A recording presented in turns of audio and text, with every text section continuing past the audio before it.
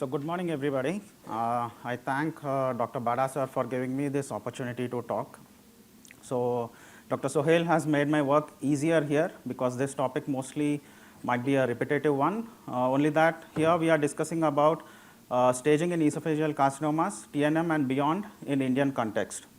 So as a TNM staging, as you already know, it's like T for tumor depth, N nodal involvement, M for metastasis, and it's used in globally and mostly in India.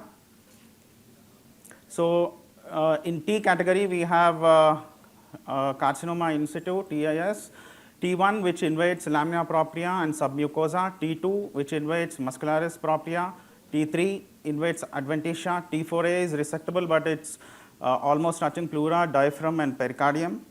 T4B is unresectable, which includes infiltration into aorta, trachea, vertebra, etc. So this is a pictographic depiction of different stages, and where you can see that the tumor is infiltrating in certain cases and touching the major structures.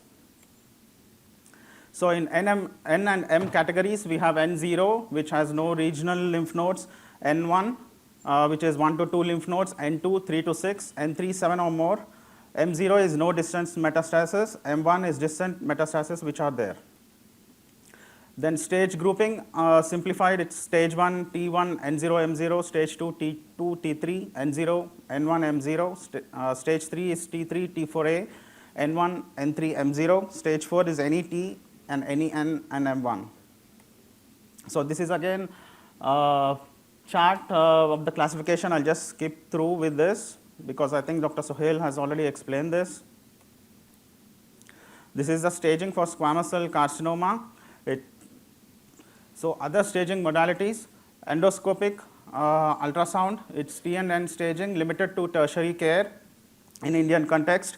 CT scan is widespread and it's used for N and M staging. PET CT, where we use for distant metastasis, picking up distant metastasis, and it is high cost, and especially in Indian setup, it is only available in the urban centers. Laparoscopy, yes, it's a bit rare, but is used to pick up any suspected abdominal spread like diagnostic labs. And histopathology is of course used to differentiate between the different types of cancers, and it's also for emerging in molecular profiling. Indian context and challenges, it's a late, most of the Indian cases present late, mostly in stage 3 and 4. It's because many people have limited access to PET CT and EUS in rural setups. And squamous cell carcinoma is more common in India than adenocarcinoma, and mostly comorbidities in the Indian setup and finances affect the treatment choice. In the Japanese classification of esophageal cancer in the Indian context, it's developed by Japanese Esophageal Society. It's highly detailed and surgery focused system, occasionally used in Indian academic and surgical centers. It's more granular than the TNM system.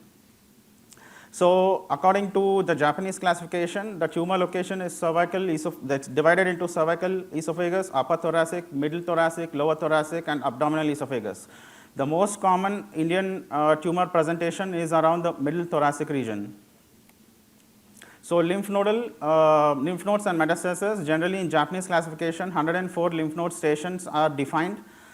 Regional versus distant spread depends on the tumor location, more precise than TNM node groupings, and in India it's used in advanced surgical planning. So lymphatic versus venous invasion and features. Lymphatic invasion is LY0 to LY3, venous is V0 to V3. Generally macroscopic growth like Borman-like types can be defined. Detailed histological subtyping can be done, but it is not routinely reported in majority of the Indian labs. So this is again that esophageal segments according to the Japanese classification is cervical, upper thoracic, middle thoracic, lower thoracic, and abdominal. These anatomical zones help in mapping the tumor location more precisely in this system. So this is a tumor invasion depth category. T1A, it is confined to the epithelium. T1A, LPM, lamina propria mucosae.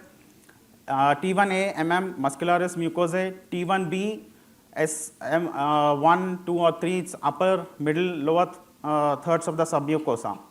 T2 is muscularis propria. T3 adventitia, T4A invasion of pleura, pericardium and diaphragm which is resectable. T4B is unresectable tumor touching aorta, trachea and vertebrae. Lymph nodal zones again at the cervical nodes, paratracheal, supraclavicular, thoracic nodes are like periesophageal, subcarinal, hilar, abdominal nodes like celiac, perigastric and left gastric. So it assigns station numbers to 104 lymph nodes and it's more detailed than the TNM. Indian context mostly is high detailed system, suits tertiary care centers. It cannot be and it's not, as of now, not a standard in rural or secondary centers. It's important for research and surgical mapping. So when we compare briefly, TNM is globally used and simpler staging, and Japanese classification is highly detailed regional lymph node mapping, and generally TNM is preferred for general use in India, and the Japanese system is for academic use and surgical use in advanced centers. But the Japanese system adds more prognostic value and surgical value.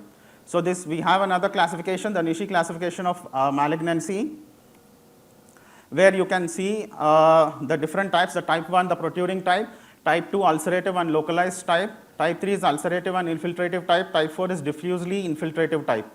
So type 0 to 1 is superficial and protruding type. So it was developed by Dr. Masaki Nishi and colleagues. It's used in Japan for GI tract malignancies, especially for esophageal cancer, focuses on depth of tumor invasion and spread patterns. So TNM may miss microscopic details, but the Nishi refines surgical decisions and prognosis and useful for endoscopic treatment and planning.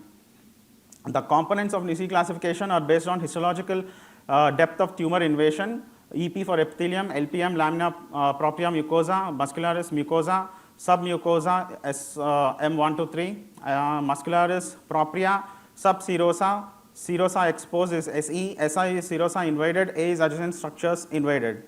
So when we compare T1A equals to EP or MM, T1B is like SM1 to SM3, and it adds granularity to early lesions and helps to guide clinical decisions more precisely.